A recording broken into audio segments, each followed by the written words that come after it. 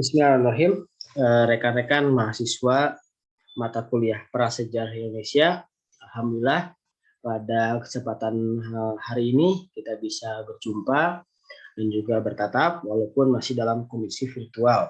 Ya, pada pertemuan hari ini materinya bisa dikatakan sebagai materi lanjutan dari materi sebelumnya, di mana sebelumnya kita sudah membahas tentang dua situs yang ada di Indonesia yang merupakan hasil dari perkembangan dan juga beberapa penemuan yang ada di Indonesia sampai dengan saat ini.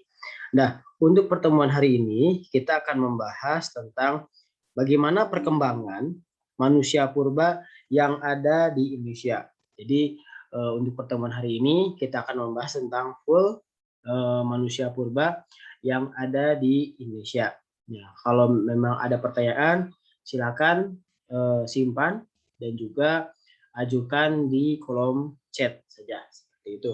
Ya, terima kasih rekan-rekan mahasiswa yang saya banggakan. Manusia purba bisa dikatakan sebagai salah satu temuan yang ada di Indonesia. Memang kalau dilihat dari kontroversinya dan juga fitrah kita sebagai manusia dan juga fitrah kita sebagai umat beragama, mungkin ada beberapa yang tidak mengakui bahwa memang bahkan tidak mau dikatakan sebagai mereka merupakan hasil evolusi dari monyet seperti itu ya. Dan juga kemudian yang harus dipahami oleh kita semua bahwa pemberian nama kemudian juga klasifikasi manusia purba di sini berdasarkan pada apa yang telah ditemukan. Jadi bukan berarti ini kebenaran mutlak, bukan, tetapi kebenaran yang berdasarkan pada hasil temuan yang ditemukan oleh para ahli. Jadi mungkin saja nanti satu saat akan berubah pernyataan atau juga generalisasi dan juga bahkan teori yang ada di Indonesia pada saat itu. Ya, kita lihat, mohon untuk saya izin untuk melakukan share screen. Ya. Ini barangkali di layar rekan-rekan sudah terlihat bagaimana perkembangan kehidupan manusia purba yang ada di Indonesia. Saya minta sebentar, mohon maaf, stop share dulu, impresif, sebentar.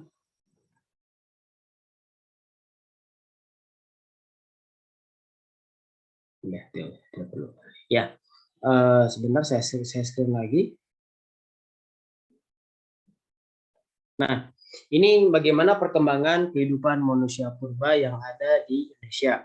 Nah, kompetisi dasar yang diharapkan setelah rekan-rekan menyimak dari materi ini, diharapkan rekan-rekan bisa menganalisis kehidupan awal masyarakat Indonesia.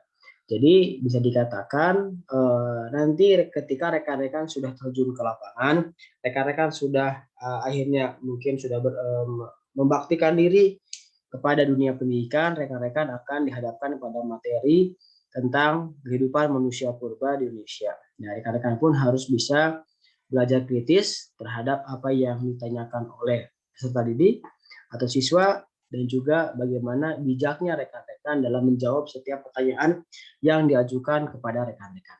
Nah, dari kompetensi dasar kemampuan menganalisis kehidupan awal masyarakat Indonesia di sini diharapkan muncul atau sebagai turunannya berupa indikator. Indikator itu sebagai rambu-rambu ketika kita mengkaji satu pembahasan. Indikator yang pertama adalah mendeskripsikan pengertian manusia purba. Jadi rekan-rekan pada akhirnya nanti akan mendapatkan penjelasan tentang siapa sih manusia purba seperti itu. Kemudian mengidentifikasi tokoh-tokoh peneliti manusia purba yang ada di Indonesia dan juga hasil temuannya itu seperti apa. Ya, kemudian mendeskripsikan perkembangan biologis manusia purba. Kemudian yang terakhirnya mengidentifikasi wilayah temuan manusia purba di Indonesia. Jadi indikator ini ketika rekan-rekan sudah mengkaji atau menyimak tentang keempat indikator ini, maka tujuan utama rekan-rekan adalah untuk bisa menganalisis kehidupan awal masyarakat Indonesia. Ya, kemudian, nah kita lanjutkan ke pembahasan selanjutnya. Apa sih yang dimaksud dengan atau siapa sih yang dimaksud dengan manusia purba? Nah, dalam perkembangan sosial, kalau sosial di sini berarti ada hubungan antara satu manusia dengan manusia lain. Atau bisa dikatakan sosial merupakan kalau manusia sebagai makhluk sosial berubah lagi bukan menjadi manusia, tetapi menjadi masyarakat. Ya, ekonomi. Ekonomi di sini berarti ada kebutuhan berupa kebutuhan material yang harus dipenuhi oleh manusia tersebut. Kemudian budaya. Budaya merupakan hasil dari cipta rasa karya manusia, di mana setiap daerah atau setiap tempat mempunyai budaya masing-masing.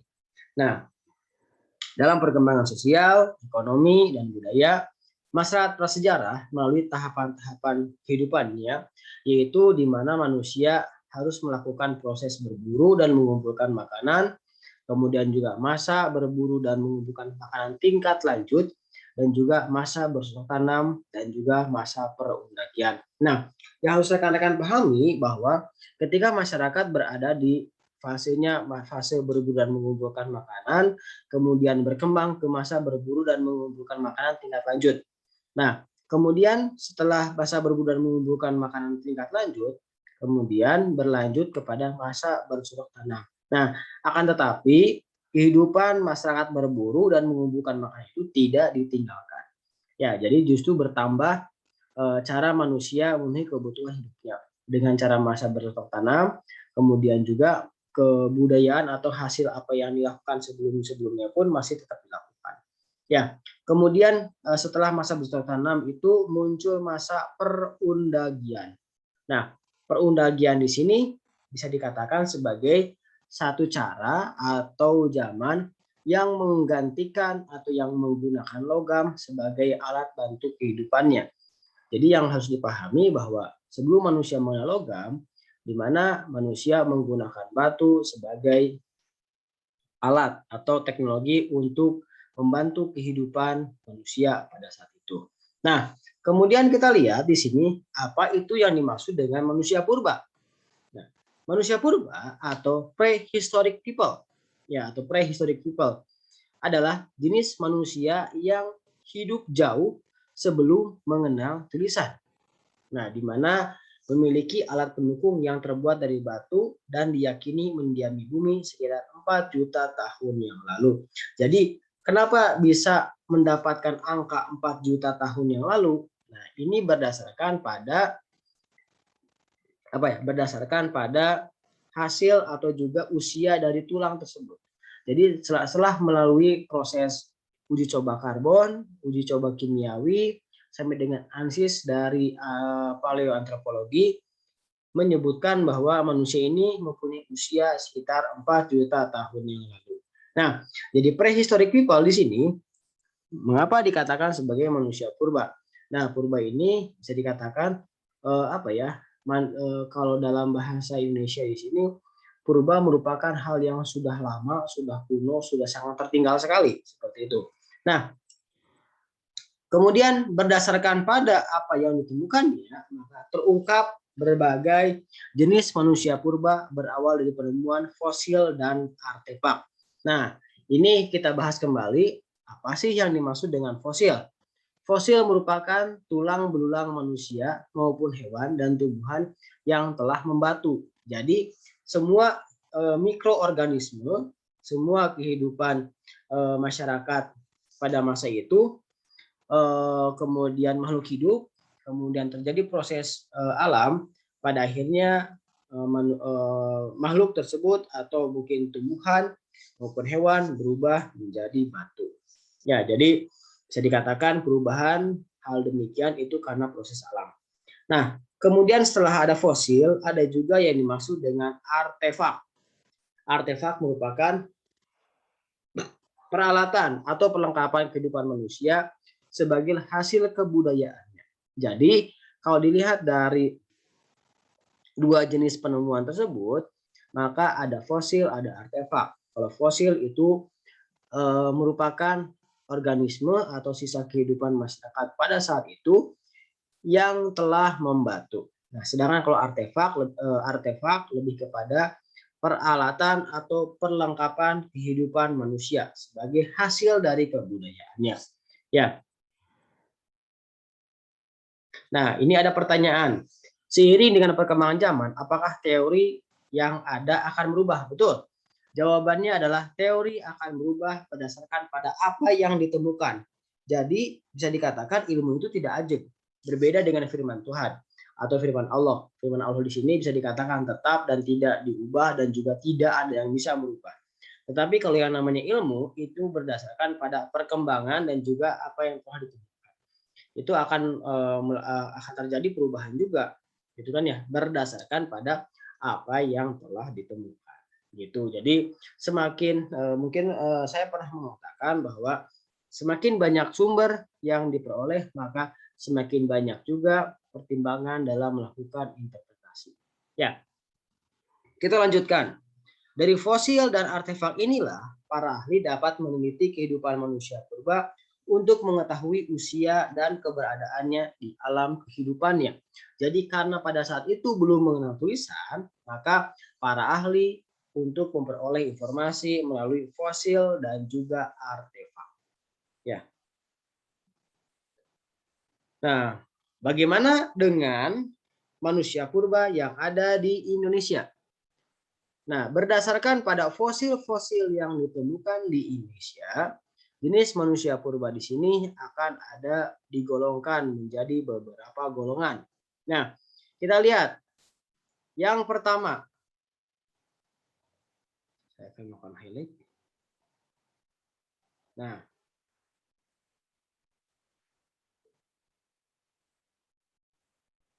ya, yang pertama itu Meganthropus paleojavanicus. Nah, ini berdasarkan pada, ingat, yang saya sampaikan bahwa ketika para ahli memberikan atau memberikan nama, ini berdasarkan pada ciri fisik dan juga di mana ditemukan fosil tersebut. Nah, untuk fosil pertama di sini ada bernama Meganthropus paleojavanicus. Kalau di dalam bahasa Indonesianya manusia besar tua dari Jawa. Ya. Kemudian ini ditemukan oleh Fons Koningol di Sangiran, Lembah Bengawan Solo antara tahun 1936 sampai dengan 1941. Ya, fosil ini berasal dari lapisan Pleistosen bawah. Diperkirakan ia memiliki badan tegap dan rahang besar dan juga kuat. Dalam banyak hal, fosil ini mempunyai kemiripan dengan Homo habilis dari jurang Olduvai. Nah, ini rekonstruksi dari makhluk Homo habilis. Jadi ini merupakan hasil rekonstruksi. Ya, ingat, sejarah merupakan ilmu rekonstruksi. Jadi artinya sejarah itu berusaha untuk membangun kembali. Nah, ketika rekan-rekan akan bertindak atau terjun ke dalam dunia pendidikan, berubah atau bisa dikatakan menjadi seorang guru, bahwa sejarah merupakan ilmu yang berdasarkan pada rekonstruksi dari sumber yang telah ditemukan. Ya, nah kemudian yang kedua fosil tersebut diberi nama Pithecanthropus erectus, manusia kera dari Jawa. Manusia kera yang berjalan tegak. Erectus dari kata ereksi, artinya tegak. Ya, Pithecanthropus erectus, saya beri tanda dulu. Pithecanthropus erectus, di mana fosil ini ditemukan oleh Eugene de Bois pada tahun 1891 di daerah Trinil, yaitu di daerah Jawa Tengah. Nah, berdasarkan lapisan dari Pleistosen, lapisan bawah dan juga tengah, femur atau tulang pahanya bentuk dan ukurannya jelas memiliki jelas seperti milik dari manusia dan juga menunjukkan bahwa makhluk ini berjalan di atas dua kaki dengan volume otaknya mencapai 900 cc, sedangkan kera hanya 600 cc. Nah, di Asia, fosil Pithecanthropus ditemukan di Gua Chokotien yang dikenal sebagai Pithecanthropus pekinensis dari Pekin, ya Peking, ya. Kalau yang pernah mendengar ada kata bebek Peking, nah itu pun sama ditemukan di daerah sana. Di Afrika dikenal dengan sebutan Australopithecus africanus, dan di Eropa Barat dan juga Eropa Tengah disebut dengan manusia Pitdon atau Hildeberg. Nah, Hildeberg di sini diberikan nama berdasarkan pada ciri fisiknya. Nah, jenis Pithecanthropus lainnya. Nah, ini pun ada beberapa jenis Pithecanthropus yang ada. Ya, yang pertama ada Pithecanthropus mojokertensis. Sudah jelas ya. Ini ditemukan di daerah mana? Mojokerto. Itu pun ini ditemukan oleh Fons Kuningwol di daerah Pening, Mojokerto pada lapisan Pleistocene bawah. Makhluk ini diperkirakan hidup sekitar 2,5 sampai dengan 2 juta tahun yang lalu. Nah, kemudian ada Pithecanthropus robustus. Ini ditemukan oleh Weidenreich dan juga Fons Kuningwol di tahun 1939 di daerah Trinil. Nah, ada yang menarik bahwa Fons Kuningwol menganggap bahwa fosil ini sejenis dengan Pithecanthropus mojokertensis. Berarti kan yang awal ya, yang awal. Itu di mana hidup sekitar 2,5 sampai dengan 2 juta tahun yang lalu. Nah, kemudian selain dari Pithecanthropus mojokertensis, kemudian Pithecanthropus robustus, ada juga bernama Homo sapiens. Nah, dari jenis ini di Indonesia ditemukan di daerah Ngandung, Blora, Sangiran, di daerah Sambung Macan, Sragen oleh tokoh bernama Terhar. Ini beberapa orang ya. Terhar, kemudian ada Open North dan juga ada Fons Kuningwol. Nah, ini di antara semua para ahli yang paling gigih itu ada Fons Kuningwol ya. Hampir dia menemukan Pithecanthropus mojokertensis, kemudian dia juga menemukan Pithecanthropus robustus, dan juga ada Homo sapiens. Nah, kapan ditemukannya? Ditemukannya itu di tahun 1931 sampai dengan 1933 dari lapisan Pleistocene atas. Nah, diperkirakan hidup sekitar 900 sampai dengan 300 tahun yang lalu, 300.000 tahun yang lalu. Kemudian disebut sebagai Homo soloensis. Jenis lainnya adalah Homo wajakensis, ditemukan oleh Fons Rechtshoten di tahun 1990 di daerah Wajak. Nah, di daerah Wajak sekitar Tulung Agung yang kemudian diteliti oleh Eugene Dubois. Nah, kapan mereka hidup? Mereka hidup di sekitar 40.000 sampai dengan 25.000 tahun yang lalu pada lapisan Pleistocene atas. Nah, tengkoraknya mempunyai banyak persamaan dengan orang aborigin di daerah Australia. Nah, ini rekonstruksinya ya. Jadi dari rekonstruksi dari fosil yang ditemukan, kemudian direkonstruksi menjadi Homo soloensis oleh Eugene Dubois. Nah, kemudian selain dari Pithecanthropus, ada Pithecanthropus mojokertensis, ada Pithecanthropus robustus, ya, ada Homo sapiens, ada juga Homo floresiensis. Ya, floresiensis di sini dibandingkan dengan jenis lainnya, Homo ini memiliki keistimewaan. Apa keistimewaannya? Karena tubuhnya yang kerdil ditemukan oleh pastur bernama Verhoeven pada tahun 1958 di daerah Gua Liang Buai, Manggarai, Flores. Dan baru ini diumumkan sebagai temuan yang menghebohkan di tahun 2004. Nah, diperkirakan hidup sekitar 30.000 tahun sampai dengan 18.000 tahun yang lalu. Telah mampu membuat peralatan dari batu, mereka juga merupakan pemburu yang handal, dan juga mereka sudah memasak dengan menggunakan api. Nah, tetapi ukuran tangannya masih panjang. Manusia kerdil ini memiliki tinggi tubuh sekitar 1 meter, ketika sekitar 100 cm ya. Dan ukuran tengkoraknya seperti anak kecil. Dari cerita rakyat setempat, masyarakat Flores yang menyebut manusia di sini dengan nama Ebu Gogo. Ya. Nah, ini ini ada gambaran seniman tentang Homo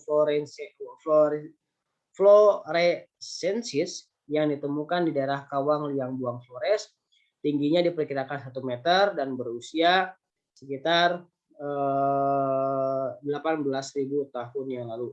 Nah, kita lihat di sini di bawah itu rekan-rekan bisa melihat sebuah tengkorak. Nih, ada tengkorak 1 dan juga ada tengkorak 2. Ya, ini perbedaannya, perbandingannya antara bentuk ukuran tengkorak manusia kera di sebelah kanan dan juga manusia sekarang di sebelah kanan dan juga manusia Flores. Nah, itu bisa rekan-rekan lihat antara nomor 1 dan juga nomor 2. Ya. Ini kemudian kita lihat bagaimana perkembangan bentuk fisik dari manusia purba. Nah, ini berdasarkan pada ciri fisiknya ya. Jadi melakukan klasifikasi berdasarkan pada ciri fisiknya. Nah, yang pertama ada diperkirakan manusia purba ini berasal dari daerah Eropa, yaitu Neanderthalensis di daerah Eropa sekitar daerah Jerman. Kemudian ada Homo habilis, Homo erectus, dan juga Homo sapiens. Ya. Nah, kita lihat bagaimana perkembangan evolusi manusia. Agak kurang sedikit terlihat ya. Nah, hasil rekonstruksi dari fosil-fosil yang ditemukan menunjukkan tahap perjalanan yang panjang dari leluhur menyerupai kera sampai dengan ke Homo sapiens. Ya. Nah, ini urutannya ya. Gambar ini merupakan gambar sebelah kanan rekan-rekan, merupakan tengkorak sejarah evolusi primata yang masih menjadi pokok perdebatan hingga memunculkan penemuan lain yang mungkin saja masih akan terus berlangsung. Jadi ini merupakan hasil dari interpretasi para ahli ya tentang konsep mereka, tentang pemahaman mereka tentang manusia purba.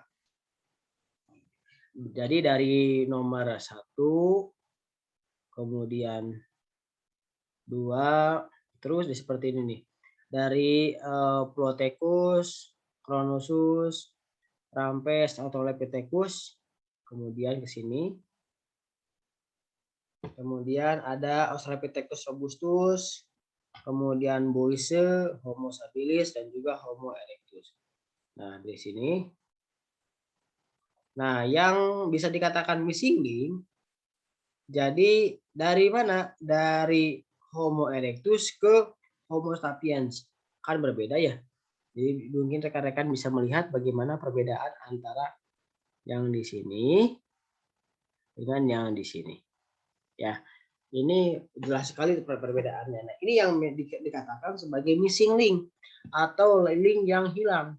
Nah, sehingga para ahli masih memperdebatkan sampai dengan sekarang ketika berbicara tentang manusia purba. Jadi para ahli juga tidak mau dikatakan sebagai mereka merupakan keturunan dari monyet seperti itu. Ya. Itu. Nah, jadi ini perkembangan manusia purba yang ada di Indonesia. Jadi rekan-rekan bisa memahami bagaimana proses atau juga hasil yang ditemukan bagaimana manusia purba ini mulai dikatakan. Nah, di sana jadi berdasarkan pada indikator yang sudah kita kaji, di mana apa yang maksud dengan pengertian manusia purba itu tadi sudah Bapak sampaikan berkenaan dengan pemberian nama atau prehistoric people. Kemudian tokoh-tokohnya, ya tokoh-tokohnya tadi sudah ada Frans Kuningwol, kemudian Joar Houghton, Terhar, kemudian Eugene de Bois. Nah, itu merupakan tokoh-tokoh peneliti manusia purba dan juga hasil temuannya ya. Kemudian mendeskripsikan perkembangan biologis manusia tadi mulai dari tingkat yang sederhana ke tingkat yang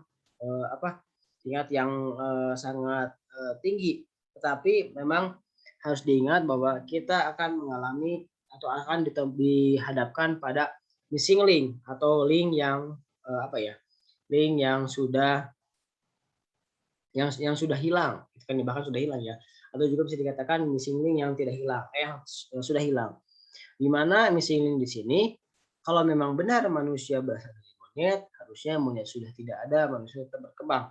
atau juga bisa dikatakan kalau memang manusia dari monyet, kenapa sampai dengan sekarang monyet masih ada? Kenapa mereka tidak berubah menjadi manusia? Ya, nah itu materi pertemuan kita hari ini. Mudah-mudahan dari apa yang saya sampaikan, saya singkat saja ya, karena memang tujuan saya lebih kepada bagaimana bisa menyampaikan materi walaupun ringkas, singkat, padat. Mudah-mudahan bisa jelas. Kalau memang tidak ada yang umpamanya kalau seandainya ada yang memang ingin ditanyakan juga silakan tinggal tanyakan saja. Tapi sejauh ini kalau komentar saya kita dihadapkan pada sebuah kurikulum, di mana kurikulum ini berasal dari nasional dan juga ada beberapa praktisi pendidikan.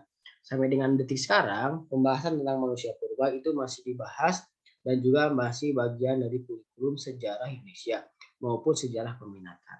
Ya, itu saja rekan-rekan mahasiswa yang saya banggakan bahwa intinya bahwa setiap perkembangan manusia akan menghasilkan sebuah peradaban. Nah, begitupun sama manusia purba, walaupun mereka masih belum mengenal tulisan, bagaimana mereka bisa memenuhi kebutuhan hidupnya secara benar, tapi yang jelas bahwa setiap masa itu akan menghasilkan sebuah perubahan. Nah, itu pun yang diharapkan dari saya kepada rekan-rekan bahwa dimanapun rekan-rekan ada, dimanapun rekan-rekan itu hadir, dimanapun rekan-rekan itu bertemu dengan siapapun, itu harus bisa harus bisa memberikan warna, jangan terwarnai. Tapi yang jelas bahwa manusia akan kekal, manusia akan langgeng. Ini berdasarkan pada karya apa yang sudah dihasilkan oleh rekan-rekan. Ya, barangkali itu saja ya. Terima kasih untuk pertemuan hari ini. Mudah-mudahan kita bisa bertemu di pertemuan yang akan datang. Barakallahu walakum. Assalamualaikum warahmatullahi wabarakatuh. Terima kasih.